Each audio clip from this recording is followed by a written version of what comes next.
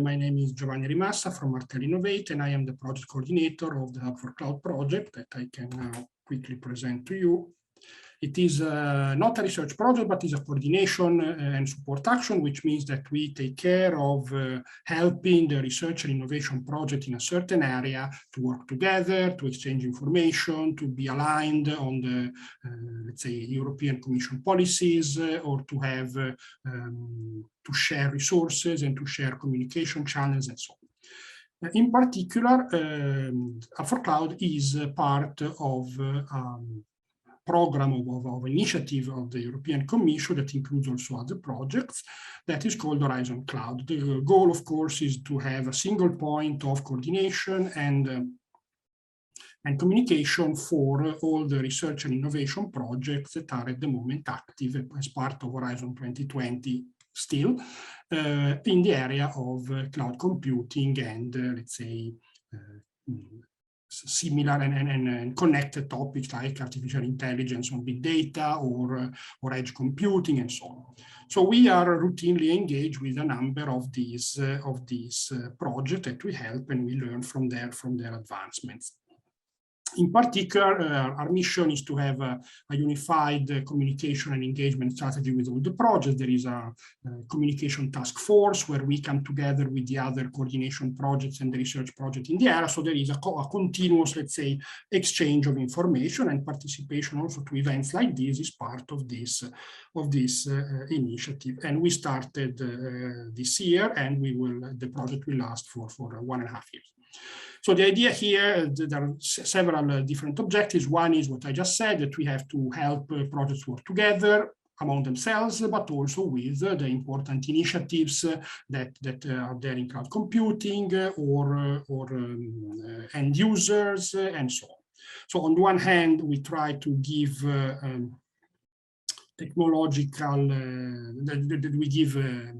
exposure to technological advance that the research project work on, and on the other hand, we help them interact with each other and with the general external European cloud computing landscape. We also do strategic road mapping activities because, of course, it helps to gather opinions and to drive the process of understanding what's going on in the field. We do, of course, engagement. We manage communication for the projects and for the Commission on the topic. And in particular, HUB4CLOUD is the second coordination action that works as part of the Horizon Cloud program, because the first one is called HCloud, started 2 years ago. And at the moment, the two projects work together with the same website, with the same channels, and HUB4CLOUD will then take over from HCloud when this ends. In particular, since HUB4CLOUD started afterwards, it has a complementarity view, and we have specific topics that were not covered by the first project, and we are instead complementing like that. For example, edge computing and cloud federation were in the agenda of HCloud, they still are, and we instead have different topics like addressing the skill gap in cloud computing, or helping entrepreneurs to transfer the technological innovation in cloud to viable and sustainable market strategies. And this is the consortium that Alberto already said. We are Martel, a Swiss company, consulting, and then there is Atos from Spain, Tecnalia, and their associated partner, Tecnalia Ventures, is also a research applied research institute from Spain, Tecnalia, and the Ventures is their incubator and business advice entity. So, without boring you too much with the structure of the project, there are different organizations of work that try to achieve the objectives that I mentioned before. And what is important for the purpose of this talk of today is that among this boost is basically the thematic exploration and engagement of people that we have, as I said, in topics that are complementary of the first project of the program. And one of these, as you can see, is exactly this pre-standardization, open source, and standardization. So I can quickly now finish zooming in on this task, on this part of the project, because this gives us the good starting point for the panel after my introduction. So of course we are a coordination and support action, so we are at the service in a certain sense of the Commission policies on one hand and the research projects on the other hand. So we try to help the project in European cloud computing by analyzing what are their planned strategies to contribute or to produce open source software, and likewise to use, leverage, or contribute to standardization or pre-standardization efforts. We also try to identify good practices, because in this position of a coordination project, you interact with, in our case, is 12 research projects, and you can see what they do similarly, what they do differently, and you can help them talk to each other and find out what are the best practices that they should adopt, for example, when interacting with an open source community, or with trying to see if there is a way forward towards standardizing some of the project results. So far, what we have done is that we have analyzed open source initiatives in the cloud area and standards in the cloud area, and we have completed a first overview of these initiatives, and this is already available on the portal, on the website of the program, that includes our projects and the others associated, that you can then go and directly browse there. I imagine that Amrita will have posted in the chat the information for the website, so that you can go and download the deliverable and other things, like the other topics that I mentioned before, like the skill gap analysis. These are also available there. And last, we also engage directly the project, because beyond the general landscape, it's important to know what these projects are doing, what is their opinion about standard, do they have tasks, do they want to produce standard or to analyze them, so is it in their project agenda to do so or not, and the same for open source. So in this same deliverable, we also gather the statistics of the consultation process, where you can see, for example, how important open source policies are considered to be by the various projects, or which open source contributions they have planned, or which standardization working group they want to interact with, and so on. So this is all for the initial introduction. I hope this put a little bit today's panel in the context of our project and the general European cloud computing work. And now, Amrita, if you can get the screen back, I think you can share again the panel slide, because I think we would start with that, unless there are already questions or something from the public. So this is the web page where you can download the various deliverables. Okay, so we start now the panel on the importance and, let's say, and relevance of the open source standardization for the future of cloud computing. And the idea here is to tackle the possible challenges and roadblocks and opportunities from a series of different aspects. And that's why we have our illustrious panelists that can represent different aspects of different perspectives with which you can look at the problem. So first, as you can see in the slides, we have Brian King from Eclipse Foundation, and Brian is a cloud development tools community manager there. Then we have Alberto Marti, the VP for community relationship with open source in OpenNebula.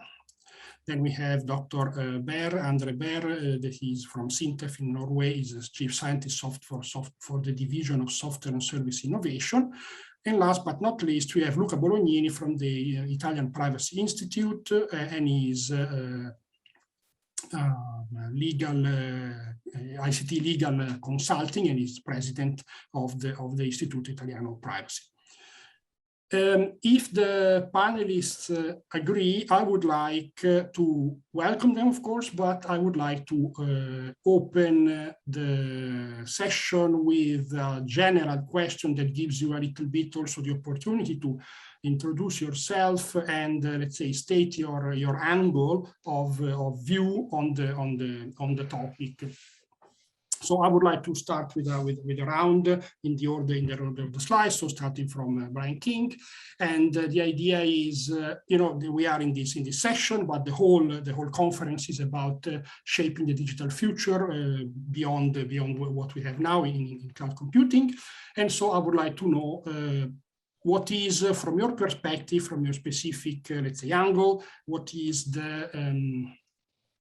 some significant development that you see in European cloud computing in general, and what is the role that you see is particularly significant for open source and or standardization. Now, I don't want to second guess which you're going to cover, so please, the floor is yours, Brian. Yeah, thank you very much, Giovanni. Can you hear me? Yes, perfectly. Fantastic. Yeah, so as it was said, I work for the Eclipse Foundation. We are now a European registered foundation, an open source foundation, and we handle everything in the open source life cycle, from you know, IP policy of your code to governance. You know, we ensure vendor neutral governance all the way through to, you know, hosting of the source code, running of the projects, and so on. So we've been working at this for 20 years. We're very excited to see what's happening in cloud, particularly in Europe. I think that's one of the reasons why recently we became a European registered organization. So for me, one upcoming development I'm excited about, of course, is digital autonomy and cloud autonomy. And you know, in the Gaia X and the HCloud ecosystem, there's a lot of talk about that, of course, and what it means and how do we get there? How does Europe get there? I think OSS kind of leads the way. I think it provides a kind of one pathway to look at this, because, you know, obviously in open source, everything can be used without restrictions. So I think if we build all the other frameworks, not just the code, but all the other frameworks around digital autonomy with that in mind, you know, how can things be used without restrictions? How can anybody plug into them? Well, then I think we'll be on the right path.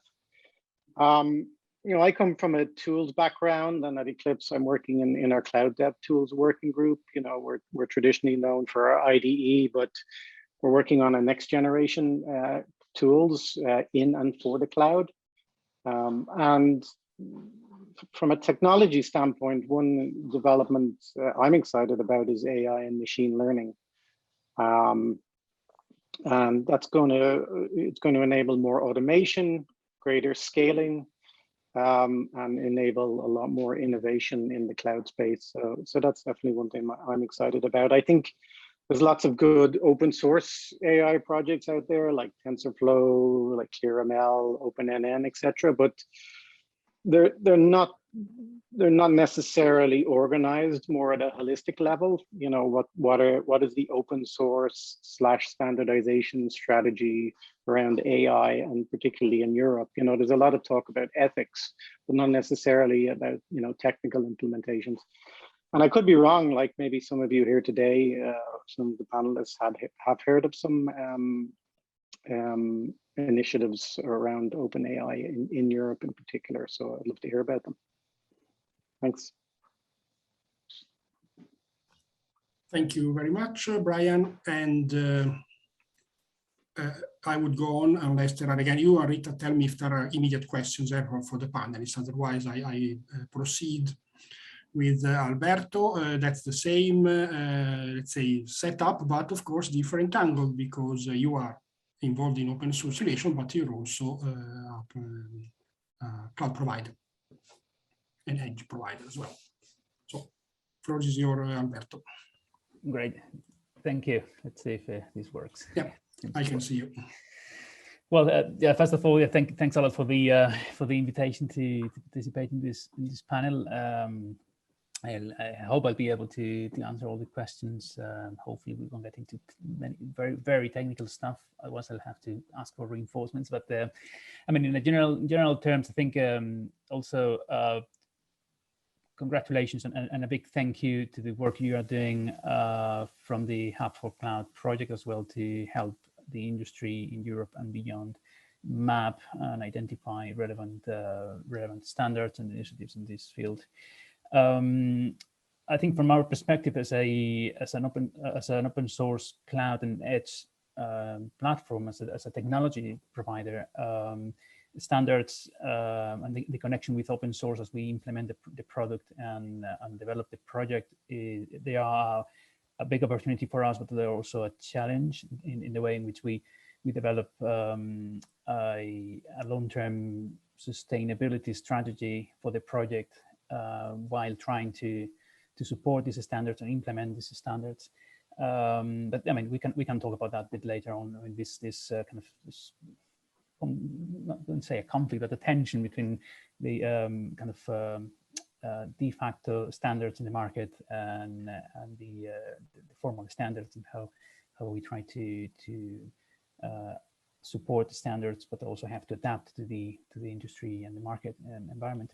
But yeah, I mean, in general terms, again, thank you for your efforts to, as an industry and a representative and a technology provider, to also to help us identify relevant standards and initiatives for us. So yeah, looking forward to the debate today. Thank you very much, Alberto. Then I would move to Arne for the, I would say, probably more research perspective, but please go ahead. Yes, thank you very much, Giovanni. Yes, so I'm from Research Institute, SINTEF in Norway, which is similar to Fraunhofer or other large national institutes. I'm from a digital division there, so research is the foundation. But obviously relating to infrastructures, my background and focus is actually more on combining all of the technologies together in what I think currently is called the computing continuum, or the transcontinuum, or the cognitive continuum, because I have active roles in organizations like BDVA, the Big Data Value Association, IoT on IoT, and CLARE on AI, and also to the corresponding standard organization with ISO SE42 for AI and big data, ISO SE41 on IoT and digital twin, and also applications with ISO TC211 on GIS, where we do have good experiences from the combination of standards and open source, typically using open source for the implementation of the interface part of standards to ensure interoperability and make it easier for various organizations to relate to the standards by providing smart standards, we can say these days, not only paper, but actually executable standards through open source. So I see a lot of opportunities here, and I do see the cloud actually as the binding glue for all of these different, say, boundaries I talked about, from, say, IoT on one side to AI, and also to HPC. We also have projects with the Euro HPC context, which all fits into the context of, I think, the topics of the conference this week. So I don't see any conflict at all. I see quite the opposite, a high degree of synergy with, at least in some situations, combining open source implementations of standards or promoting standards through open source implementations. Obviously, sometimes open source works as it is and are to some extent bypassing the need to have a standard, used open source, and then why have a standard because use that only open source. So there are, of course, situations of that also that are interesting to discuss. So there are different combinations here. There was also, I think, a question when we do research and do new things that are not yet maybe in a phase to be standardized. Are there conflicts here? But I think these can, in our now modern, more accessible world, also dynamic standards be quite easily handled, because I view all of this as a kind of community effort. Even the standards are, to some extent, I think that. So as we can discuss further, I think this can go very well hand in hand. Thank you very much. Quite a few already discussion points that we have to still consider, and I already saw that there are some difference in opinion, or at least different angles as we were hoping for. But first, I finished the initial round with Luca Bolognini. Please, Luca, go ahead for, I suppose, more of a legal, normative, or I don't know, did I say ethical or not, but that side of the problem, please. Good afternoon, everybody, and thank you for this invitation. Yes, my perspective is the lawyer's perspective, lawyer's angle.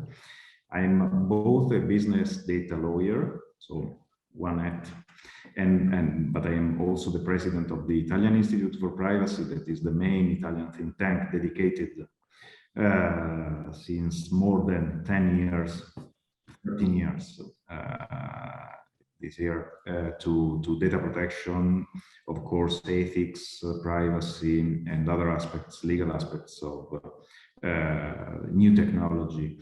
And I must say that, yes, I look at these changes, this evolution, in a light that is always worried for complication and complexity in terms of legal impacts. And when it comes to standards, standardization, of course, I think about legal standards, I think about contractual standards, and I think about the difficulties many times, every time something moves on and we move towards new models, new business models, and open source pieces in such fields like cloud computing, cloud plus edge. This is the trend, of course. Yes, when it comes to contractual standards, I think that the first need I feel as a lawyer is a need for clarification, for certainty of scenarios that are more and more innovative and complex. So legal standards, contractual standards means something clarifying what tools, what legal tools to be used in what scenarios, in what specific scenarios, not only in terms of data protection, of cybersecurity, but also in terms of intellectual property, for instance, or in order to protect market freedom and to balance freedom in the market between operators, operators and users, consumers, and so on and so forth. There are several examples that I can make, I can share with you, and I will during this meeting.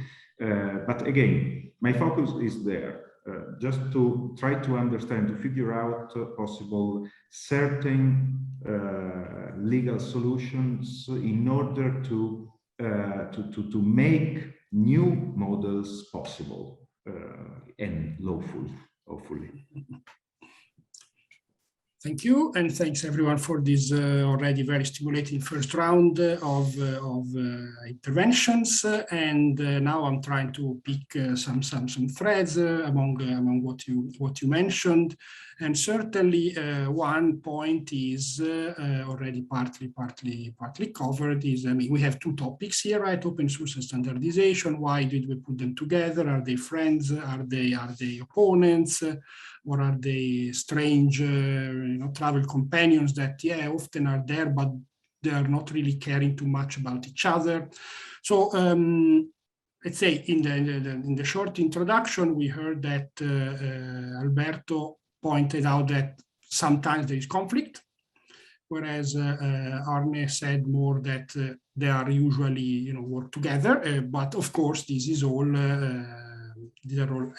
partial views of the topic. So I would like to understand from each of you, let's say, where or how you see standards and open source working together, and where are, on the other hand, the situations where you see that there might be a structural conflict, or anyway some intrinsic divergence of interest between these two approaches of sharing, let's say, and agreeing on technological ways of solving problems, right? So this is the basic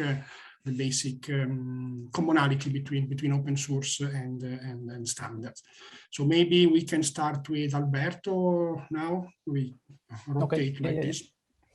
Yeah, I'll try to explain that kind of. I mean, by conflict, it's not really a conflict. It's more like an internal debate we have to come back from time to time, and I guess it's also an internal contradiction, I guess, it comes from the open source business model, and that implies, because it's an open source model, but it's a business model as well. So the problem we've had with the standards sometimes is the lack of demand from our user base and our customers. So we are an open source technology. We adhere to as many standards as we can, but then in developing the product and in producing implementations of some of these standards, we also have to follow the real demand from our customers and users. In that process is where we've seen this divergence of interest. So we strategically believe in the need to use our technology, and we've used that sometimes, and as part of some projects as well, European projects to implement some standards and then first implementations and so on. But then we've come across sometimes the lack of demand from our users, and instead what they ask for is the implementation or the integration with other technologies that are more like de facto or have become de facto standards. And in that sense, I mean, things like Terraform, for instance, for us is a must, and that's the way we implement our own interoperability layer on top of the different cloud providers we integrate in our multi-cloud technology. So that's one of the technologies, for instance, that we identified and we recognize in our users as a real demand. On the other hand, for instance, I mean, as part of our connection as day one members of GaiaX, for instance, we follow all the conversations about the implementation of the federated services and the possible use of some standards as well to connect different providers, things like Oasis Tosca. I mean, for us, it will be an interesting challenge, and it will be an addition to our technology. But in the reality is that we've never come across any user or customer demanding this for a production environment. So that's the kind of conflict I was referring to. It's not a kind of philosophical conflict. It's more like a practical conflict derived from the open source business model we implement. That was that kind of tension I was referring to. Very clear, and absolutely understandable from the point of view of an open source provider that is just providing. I mean, so of course you have your expectation reality checked with the demands and the request from your clients and your users. So then I would then go on with Arne, that you took the other side, but you also mentioned at some point that sometimes the two things, they don't go hand in hand. So how can we improve as well? That's also another interesting point. Yes, no, I think, I mean, if you take just Eclipse as an example, which is an environment we have been using for many years, this has worked well with its various development activities without being standardized. So it's an example of an open source without a standard for it. And maybe because it's an environment that is growing, where there is no so much need for interoperability, Perhaps it's developed by new, say, add-on projects that provide new functionality on this core. While in other areas where I've been working with the GIS domain, there is a lot of need for interoperability of data, also interoperability of services.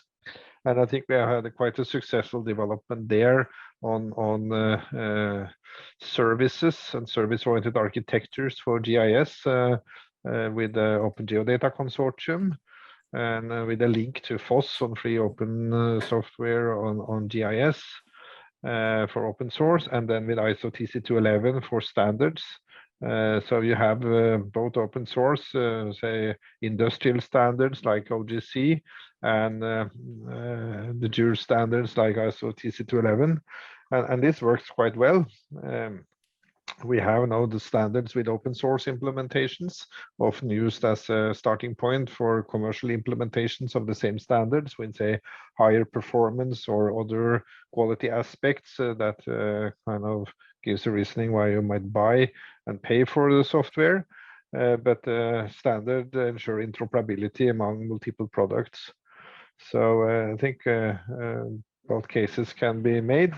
Open source doesn't always require standards, but I would actually say that standards, at least when you look at IT standards, would actually benefit from more open source implementations than we have seen so far.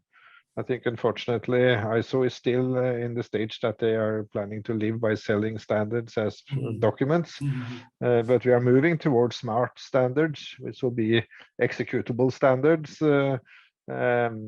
which obviously can be implemented in software, which should have aspects of open source to it, I think.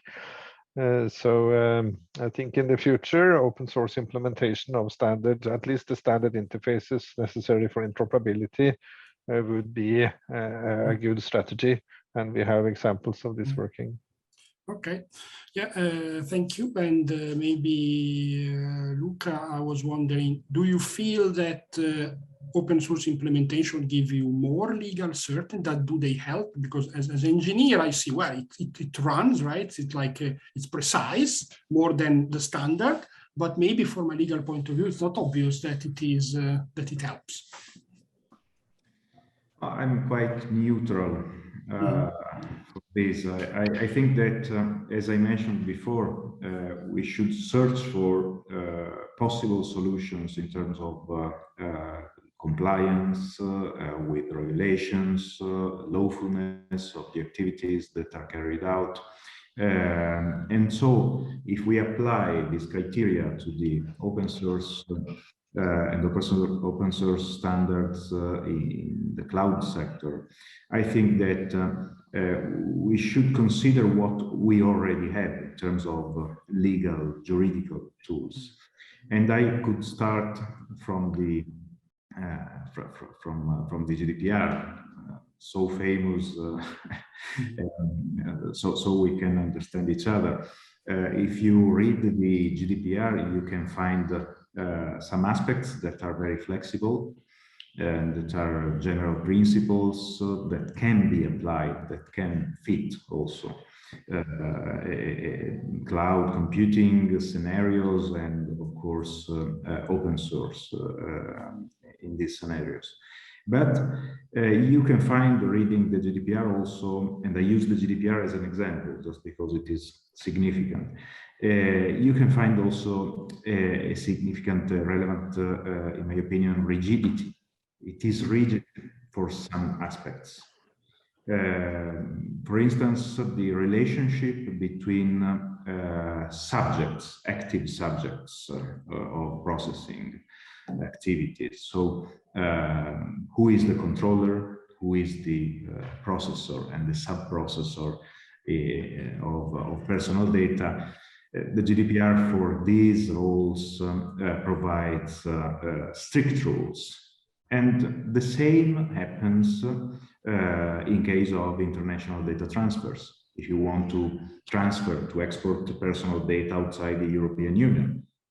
Okay, these two examples, these two cases, bring us in front of a perfect practice of, not perfect, but a good practice of standardization, of legal standardization, that is the standardization of clauses. You know that the European Commission, according to the GDPR, can, and actually the European Commission approved and issued in June 2021 the new versions, can approve standard clauses.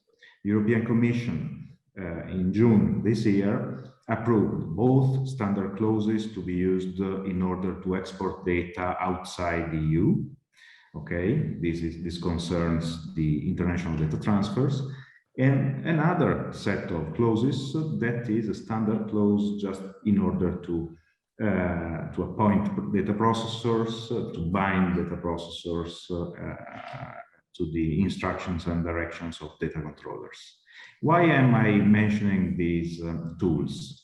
Just because I think that we need a step more. We think we need something more coming from the institutions, from the European Commission in this case, for this example, but it could happen also in other ways. We should identify standard clauses, contractual clauses for specific models, specific scenarios.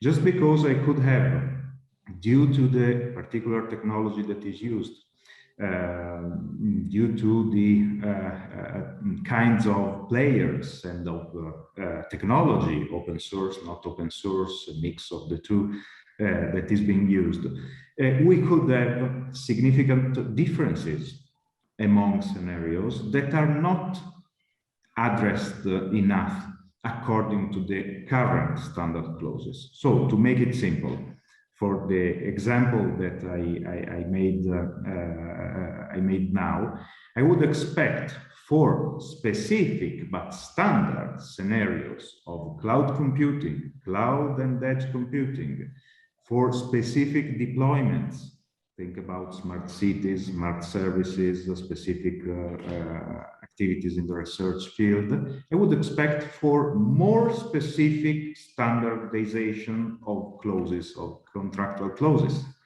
identifying and clarifying with certainty what roles, what measures, technical, organizational, contractual, have to be put in place for those specific scenarios. It is a challenge. It is something very challenging because it brings the expert to analyze the details of specific scenarios, but there is room to standardize.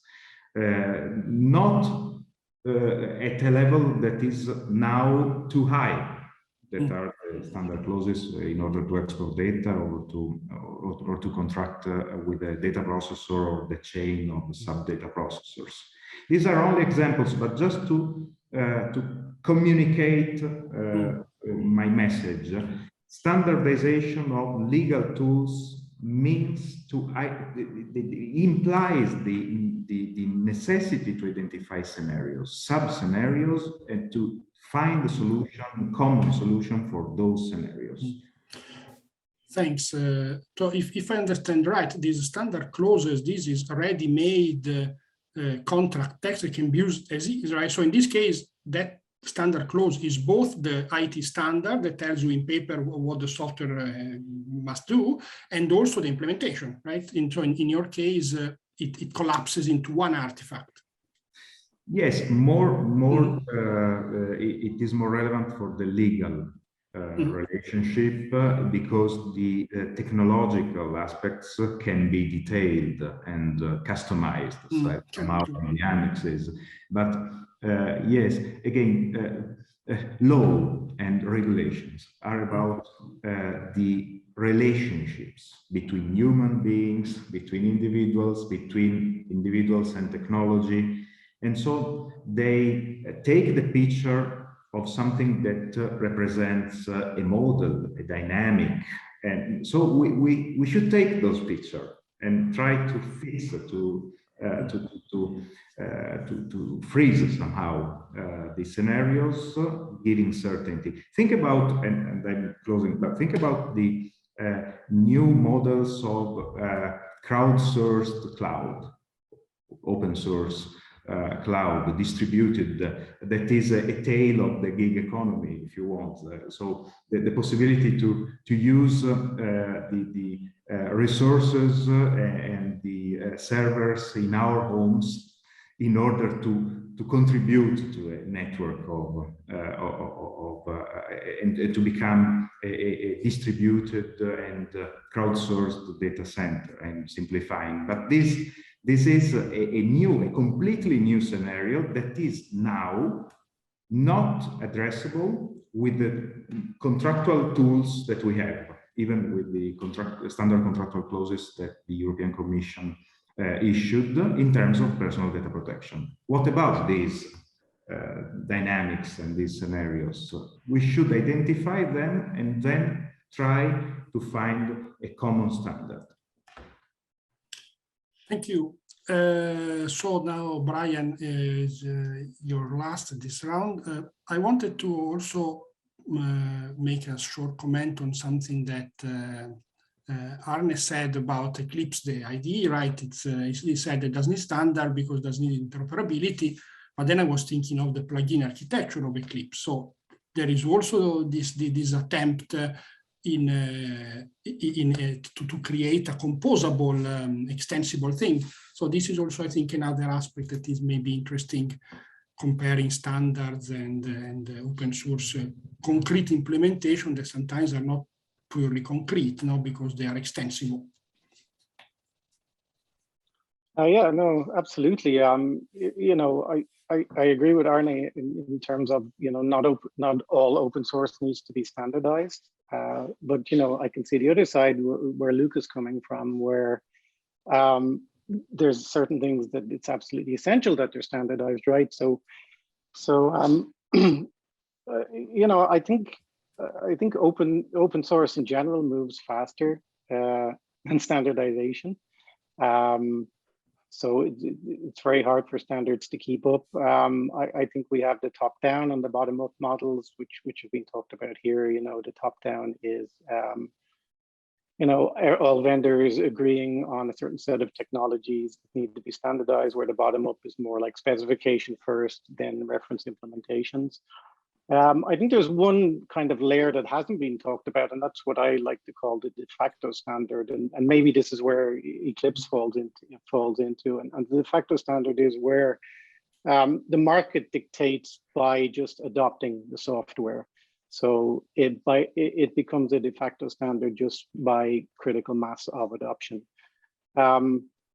In terms of extensibility, I won't speak to the Eclipse IDE, but it's interesting that something similar is happening in the next generation of cloud development tools. So, for example, a de facto standard that have arisen is what's called Language Server Protocol, LSP, and that was built originally by Microsoft for VS Code, right?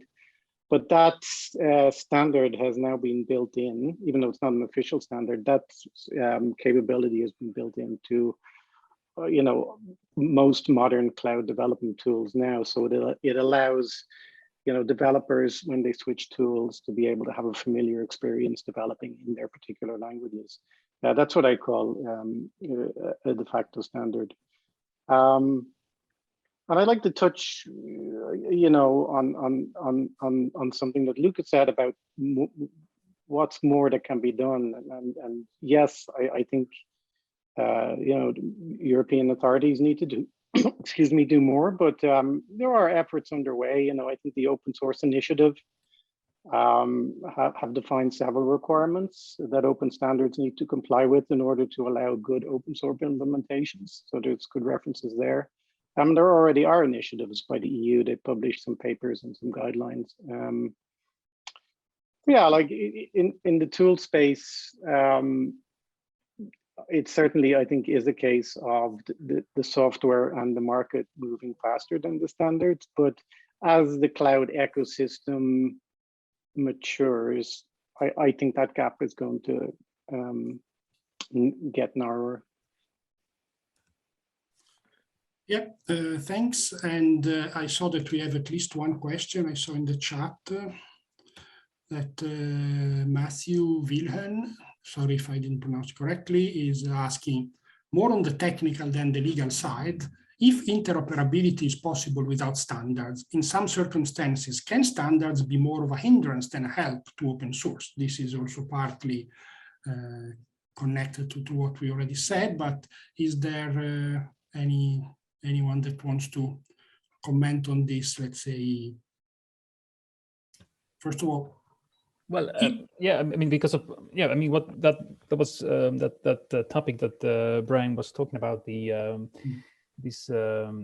the presence, or sometimes it's the dominant presence of de facto standards, is what I was talking about before. I mean, this choice you have to do as in our case, as a company, as an open source developer, to adopt something that you believe in and you think it's good in the medium and long term, and has a transformative effect on the industry. That's in a standard. Or if you in the short term respond to the demands and the actual requests from your user base and your customers, and in that sense, I mean, as a company, we don't have in our case the obligation to implement a standard or adopt a standard. We have the flexibility to, in the short term, sometimes adopt a de facto standard. In the medium term, long term, planning for also training and encouraging our user base to adopt more standardized solutions there. So in our case, we have that flexibility. But in other contexts, as I understand Matthew's question, that sense, for some other context, it might be a bit more problematic. But yeah. Yeah, we also have a chat reply from Tiziana Ferrari at EGI. I see that she says that the experience of the EGI Federation is that attempting to go in for standardization did not pay off, because, that was mentioned, it slowed down innovation. So, of course, even when the intent is the same, the traveling speed is different, and that's another possible point of strain between open source. Yeah, speaking of innovation, Brian also mentioned the standardization processes and initiatives. They have their own pace. Open source development has their own quicker pace as well. But then we also have the major technological vendors, non-open source vendors, and they have an even faster pace. So we have 3 different actors there, and that's a difficult thing to combine. Yeah, those different speeds in the market. I think they can coexist rather. Like, I think standards don't need to be all-encompassing. Just as open source software doesn't, they just need to provide a platform to innovate on top of. And that's why enterprises participate in open source, because they can, bootstrap and ramp up products quickly and then innovate and provide their value level on top of that for their customers. So once the standardization process, the open source software process remains flexible to allow those innovations, I think they can exist. Yeah. I also was thinking that it doesn't also have to be everything about interoperability.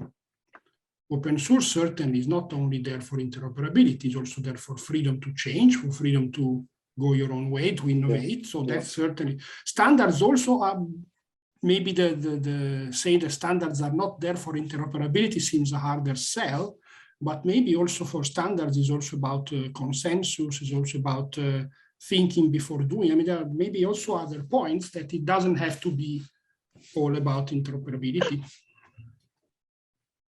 If I may add a point, I agree with Brian, with his perspective, but and I would add also that, of course, standards in terms of legal certainty are precious, are essential, in my opinion.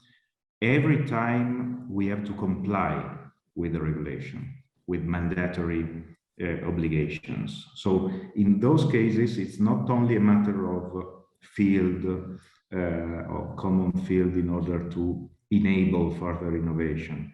But it is a matter of legal certainty. So I fix legal certainty, and then I give room to innovation just because of the legal certainty I established. So this is important, in my opinion.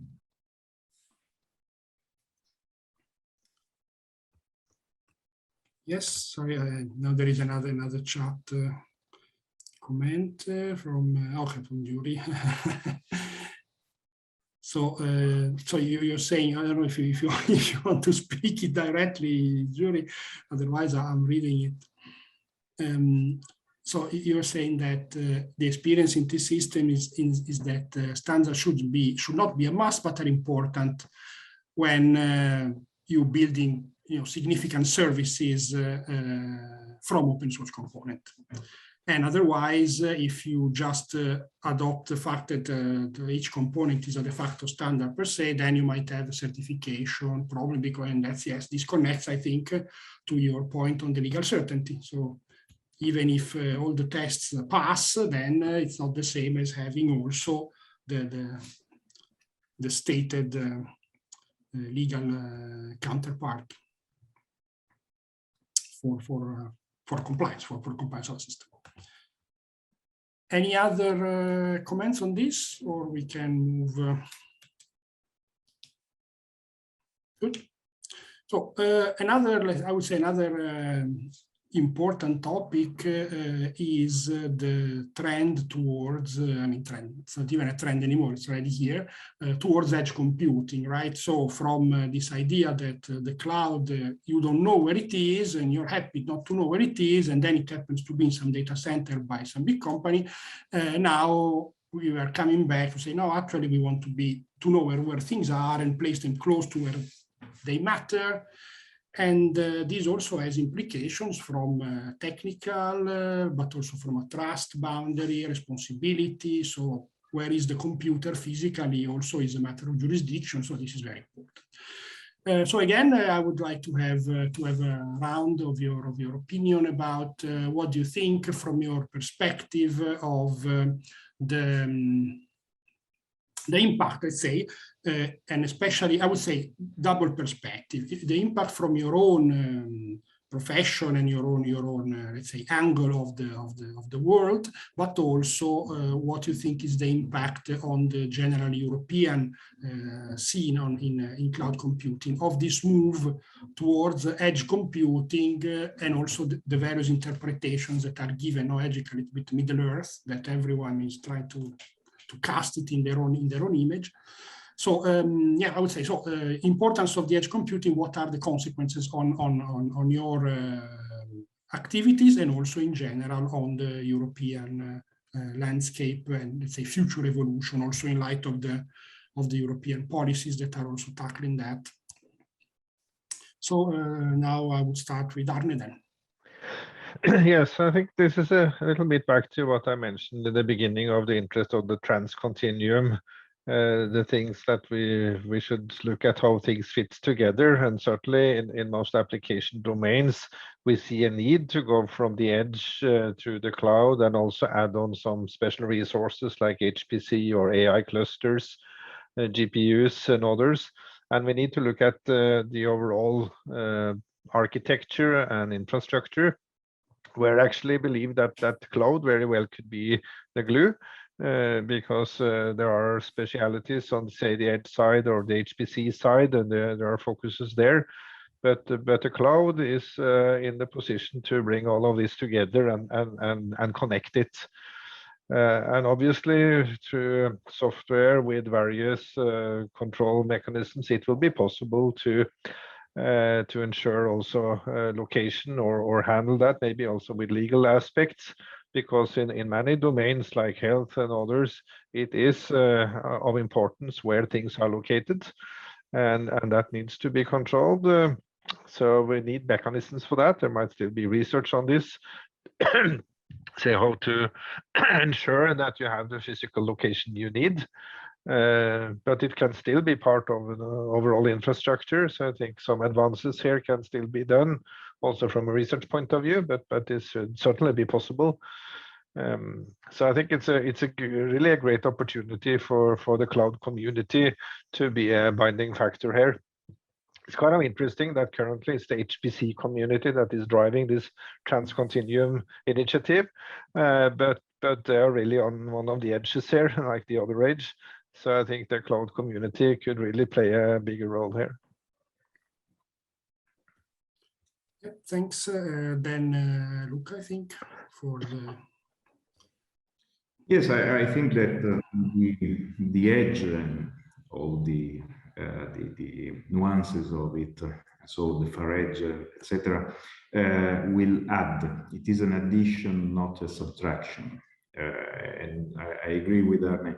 There will be an ecosystem, a continuum, implying processing of data and relevance for legal aspects that will include, of course, also and still include cloud, even in edge deployments. We studied a lot these aspects within some projects, for instance, the next generation IoT EGI project, that is a Horizon 2020 project. The Italian Institute for Privacy is partnered with. And of course, in terms of legals and also ethics, the scenarios are complicating more and more. But what I want to highlight is that in those cases, coming back to what I said before, it will become more and more relevant to understand the roles, to understand the rules applicable to the specific scenarios. And let me make another example. Moving towards a next generation IoT that is combining necessarily together the edge, far edge, cloud, and many other technology and networks, we should always take into account not only the primary uses of data, for instance, but we should always consider the need for secondary uses, both by players that are in the game, operators, cloud providers, edge providers, technology providers, that could have a need, or at least nice to have, to use, to valorize data and metadata that are fruit of such processing. And so, talking about standards, it could be a good point to reach a common standard, legal standard, clarifying legally and technically what processing of what data can be carried out for secondary uses, for secondary purposes of the providers that are interplaying in a specific scenario. This will become more and more relevant, for instance, in the public-private partnerships for smart cities, using a multiple layer of technology for specific deployments. And so I want to touch this example just because it is significant. If you want to enrich your database with anonymized data, or you want to use real-world data and make and create synthetic data, or pseudonymized data, and you want to valorize such data that you processed on behalf of other subjects, then you have to know whether you can or not, whether it is lawful or not, and how it could be considered as lawful in terms of IP, in terms of data protection, and so on and so forth. And it comes back to legal standardization. This is only an example, but just to be concrete and to identify a specific field of challenges I see. Yeah, thanks. So, and of course, this is complicated, as you said, by the move to edge computing because of the multiple locations and jurisdiction or trust domains that are involved. Yeah, and then Brian, on this move to edge computing and what is the consequence on from your point of view? Yeah, so from a developer tools perspective, there's definitely a complementary trend, you know, to the cloud to edge to IoT continuum. We could call it the tool continuum, if you like. So we're basically in the middle of a rapid shift for cloud developer tools moving to the cloud. This moves the tool closer to actual applications and devices. And it's not only a continuum at runtime, but it includes the full development cycle. It also allows for, you know, post-development tool interaction with devices and so on, such as, you know, collecting and analyzing data. So definitely complementary there. But what does developer tools at the edge mean? It's you know, more repeatable developer environments. Say you have engineers in the field, you know, they don't all have to configure their environments. They just load up the same environment, you know, and it's super fast. There's a huge effort underway also at Eclipse. We have a special interest group for embedded vendors. So they're very, very interested in this. You know, companies like ARM, ST Microelectronics, Renesas, Ericsson, and so on. They're looking how to bring their tools into the cloud. So huge interest there. You know, I think there's a recent trend towards using Kubernetes on the edge. It's not a one size fits all, I don't think. I think it's good for certain jobs, but not for everything.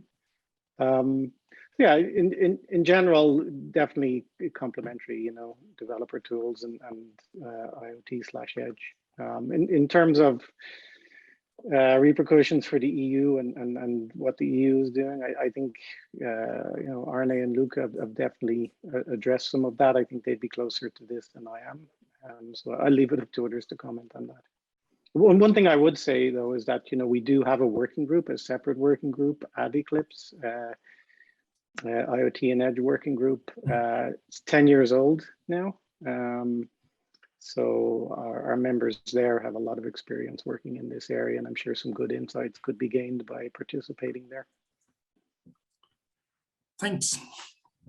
And then Alberto, as again the perspective, what edge means for you, partly already answered, obviously, but see what you can add.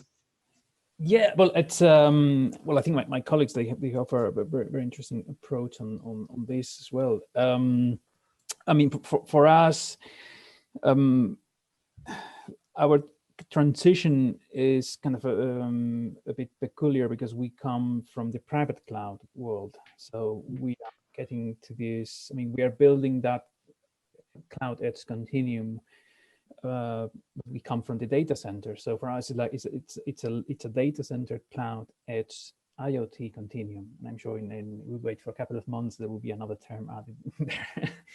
But in that sense, it poses its own challenges because we have this kind of legacy. We have to ensure this kind of legacy compatibility and with other kind of infrastructure that's not at the edge, and then in that terms, interoperability is important for us as well. Obviously, the main challenge we have we encounter at the edge is, as opposed to kind of more traditional hybrid environment, there's a couple of things there. One of them is how heterogeneous the edge IoT world is and will be.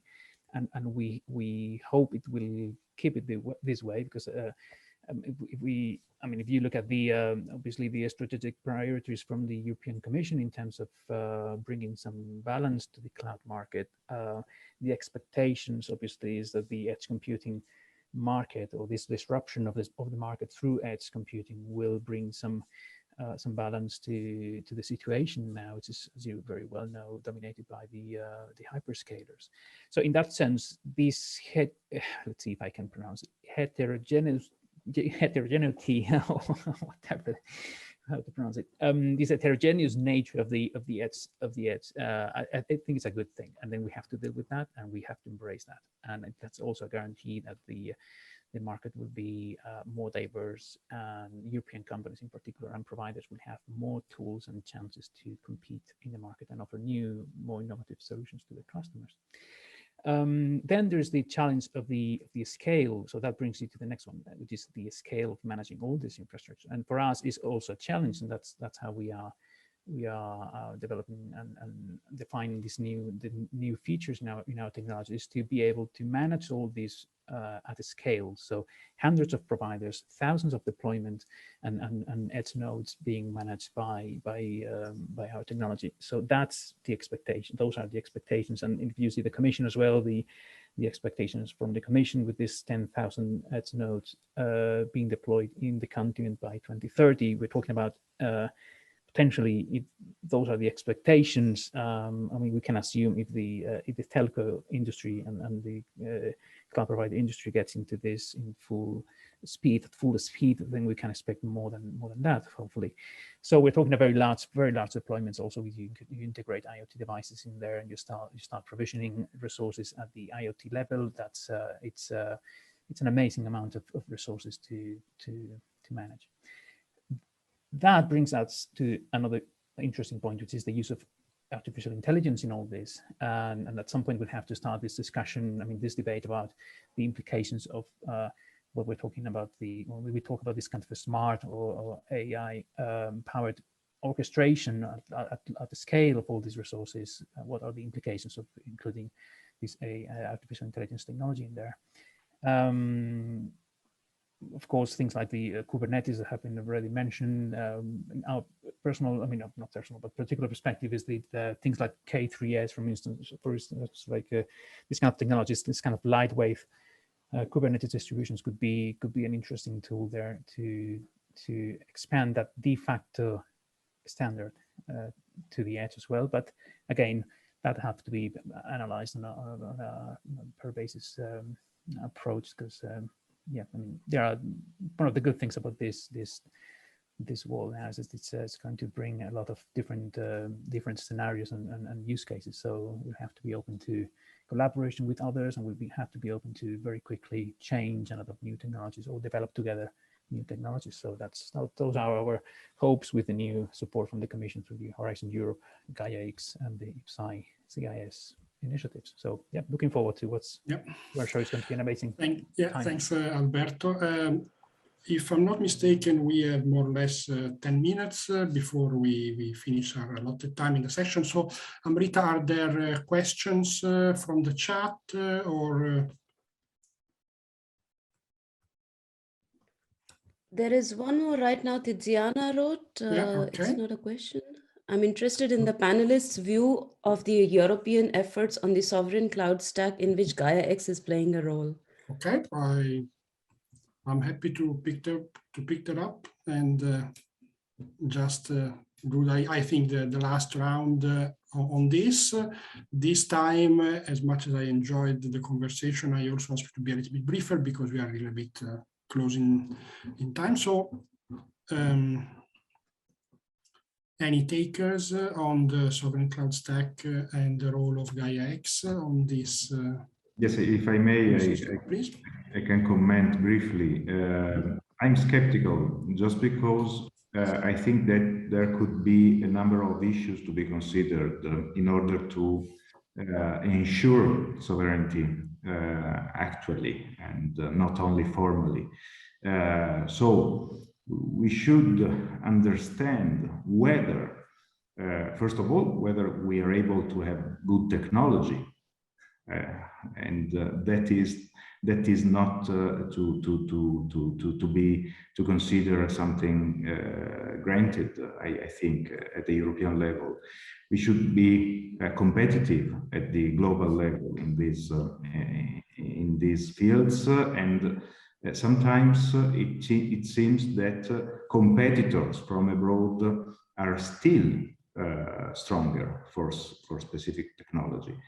Moreover, I think that we should be very, very careful in order to avoid, if we want national clouds, if we really want European cloud, we should be very, very careful and assess whether in the subchain of providers there are or not international components, international and non-European sub-providers, because we could also use a name and call this national cloud, European cloud, sovereign cloud, but if we still have, and we will have, sub-providers that are controlled by non-European operators, then I don't see the difference, sincerely, in terms of legal sovereignty and safeguards. So I have a kind of different understanding of this, because my understanding of the sovereign cloud stack is not for the sovereignty of the cloud, but it's for the sovereignty of data that you manage in the cloud, coming from the sovereignty of the European data infrastructure, from the IDS part of Gaia-X. So the point here, from my understanding, is that we will ensure a stack in where you can handle and control sovereignty of the services and the data that are within the cloud, not the cloud itself. And it certainly, from my understanding, will be a federated cloud, including also international providers, not only European. So the cloud is not sovereign, but it will ensure sovereignty of the data and the services when that is needed, which we see instances of. Yeah, that's the interpretation of what is the sovereign cloud stack indeed. Yeah, that's my interpretation as well, and I think we should probably stop seeing big cloud providers as the boogeyman. And it's a different discussion of whether Europe can build a hyperscaler, whether we have the capabilities or the will in the private sector or the public sector to do that. That's a separate discussion. But yeah, I see data sovereignty and then the software stack as being. Yes, I think the name is unfortunate. I would rather have called it federated cloud stack or something like that, because I think the sovereignty is an implication of the focus within the stack for data handling and not for the cloud itself. I think indeed the idea is to be federated. If I may, only to specify, my point is that if you have also sub-providers or components that are handled by non-Europeans, non-European operators or players, then it is likely that data will not be sovereign. Think about the Cloud Act. So we should find technical solutions, I don't know whether standards, in order to ensure that data are sovereign, even if there are international players contributing to this federation. Yeah, and that is indeed the reason why the IDS-A, the International Data Spaces Architecture, is incorporated into Gaia-X, because that say offers a technology solution for sovereign handling of data. So of course it still has to be fully implemented, but that's the intention of this IDS architecture, that it should be able to ensure that. Sorry to interrupt, Giovanni. We have just one last question. Do we have time? Just a couple of minutes from Yuri. He says, and I would be interested to know if the panel thinks we are doing enough to make important European open source software sustainable, or should the EC do more? Well, I think I can answer both of those final questions together, if you give me a minute. So first thing I would like to say is that the Gaia-X project is one thing. The sovereign cloud stack is another thing. We, as OpenNebula, we are the European alternative to OpenStack. So I try to give you just the facts. So the Sovereign Cloud Stack is a project based on OpenStack and Kubernetes, but mainly on the infrastructure level, it's OpenStack. That is a technology, an open source technology that is mainly developed and sustained by non-European vendors like Red Hat/IBM. GaiaX is a framework in which we very much looking forward to contribute and participate as a European technology. So our approach, and linking that to the second question, is yes, we think there are more work to do in making European open source technologies sustainable and more influential at different levels, and specifically on the future of the European edge cloud. And just adding there a link to a different approach to that taken by the Sovereign Cloud Stack and the German government, which is something based on expanding that concept of sovereignty also to the technology we use to do that, because we think it's important to use a combination of, if we can, and we have it, using a combination of European open source technologies to build that edge stack, and therefore to build GaiaX and the other strategic projects for the European Union. I hope I replied to both of those questions. Yes, certainly did. Someone else wants to comment on how much Europe is doing and whether it should do more, or the perspectives that you see, for example, I don't know, in Digital Europe, I guess, for example, would be an interesting point. If you have something very quick, otherwise, I think we are really going towards the end of the panel. Please. Yeah, I think Europe is doing a lot. I think we have to give Europe credit for a lot of the efforts, even though we all tend to complain a lot. Let's focus on the progress that has been made. Obviously, there's a lot of work to be done. And just one other thing, like randomly, that I'm encouraged by is more OSPOs springing up in Europe, both in political institutions and educational institutions, in not just in enterprise organizations, right? So another positive trend, I think, and that OSPOs help everybody look holistically at open source and standards and how they work together. Very good, thanks a lot, Brian. Sorry. Okay, I think we are now really at the end of our time, and all that's left for me to do is to thank everyone for attending, and a special thank to you all for panelists. I think it was very, very interesting for me to be able to see your let's say, comprehensive set of opinions, where we can certainly find some, let's say, common trends, the importance of edge, the interesting but multifaceted relationship between open sources and bottom-up implementation and standards that sometimes they go top down, but also the nuanced and let's say multifaceted combination of your different perspectives. I think Amrita, maybe we can post again the information for the project and remind the people if they want to be contacted or get in touch with us, they can leave their contact information in the form that you indicated at the beginning. So maybe if you can post again these yes, last Giovanni, links. just yes, then, I will do that. Yes. Yes. Sorry, go ahead, please. Okay. Go ahead. Yes. Thank you, Giovanni and Amrita, for organizing this very nice, interesting session. Us. And we'll certainly Thank be you, in Yuri. touch. Thank you, everybody. Yes. Thanks again, Bye-bye. everyone. Goodbye.